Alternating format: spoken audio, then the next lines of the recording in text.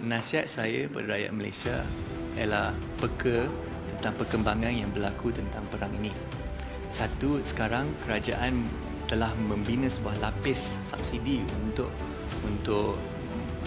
meringankan beban mereka, tetapi seperti yang kita nampak, subsidi bil itu dah tinggi dan kita tak tahu berapa lama dan siapa yang akan yang kata bite the bullet lah, siapa yang akan bayar kemudiannya.